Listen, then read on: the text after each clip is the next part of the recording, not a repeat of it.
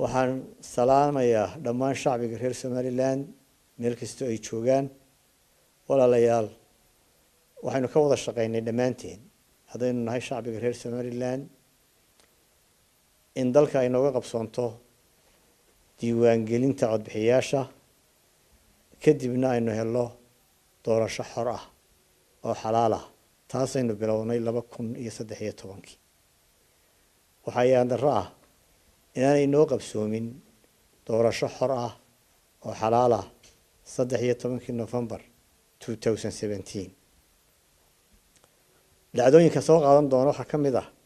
in la xirxiray mas'uuliyiin iyo taageerayaal tiro badan oo xisbiga wadani ka tirsan intii ka dambeysay 13 November iyo maalintii doorashadu socotay qaar ka midna guryahooda loogu daatay goor habeenimo arintaasi waa arrin aan la aqbali karin oo la qaadan karin arintaasi waxay abuuri kartaa xaalad amniga wax u dhinta sidaa darteed waxaan soo jeedinayaa in muwaadiniintaas si degdeg ah xorriyadoodii oo taama loogu soo celiyo walaalayaal doorashada madaxtooyada ee Jamhuuriyadda Somaliland ee noo qabsoontay 13 November waxa ku gadaaman madmadow fara badan kaasoo dhaliyay musuqmaasuq iyo ku shubasho baahsan oo ka dhacday dhammaan degmada doorashooyinka Somaliland waxaana tusaale soo qaadan karnaa dhacdooyinka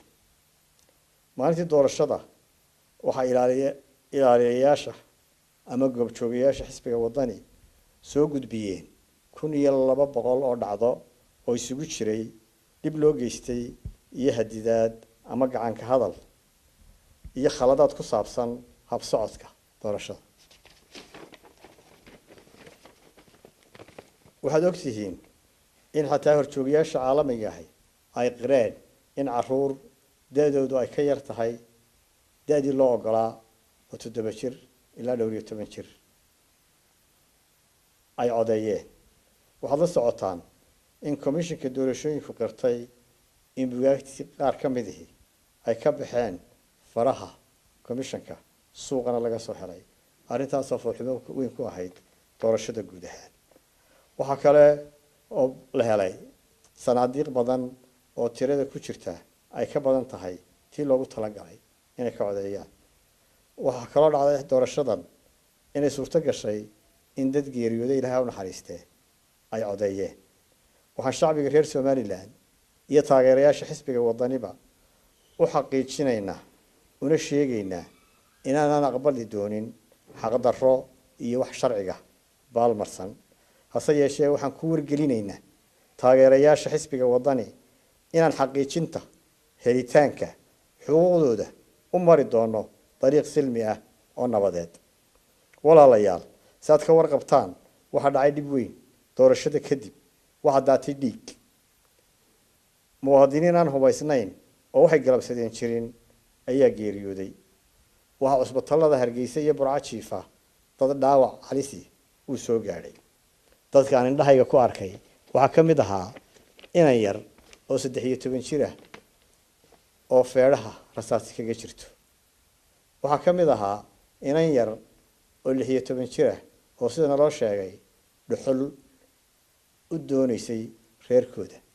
Ilaahay u naxariistay dadka Hargeysa ku geeriyooday waxa ka mid ahaa hooyo meherad yar haysatay oo markaa ka soo rawaxday oo gurigeeda ku socota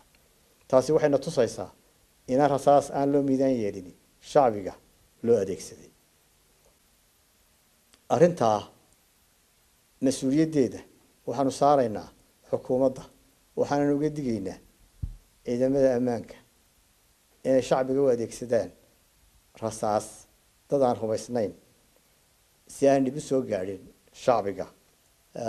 ay ka mas'uul yihiin ammaankooda walaalayaal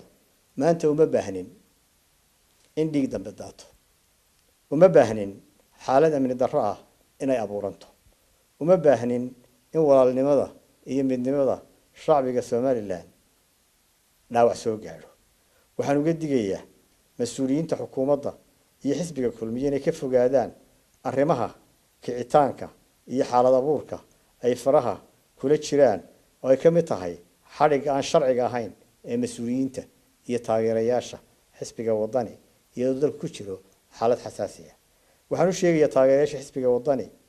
in taariikhdu isqorayso caalamkuna soo eegayo somaliland sidaa darteed laynooga baahan yahay degenaanshiyo iyo inaan wax ka baranno wixii dhacay.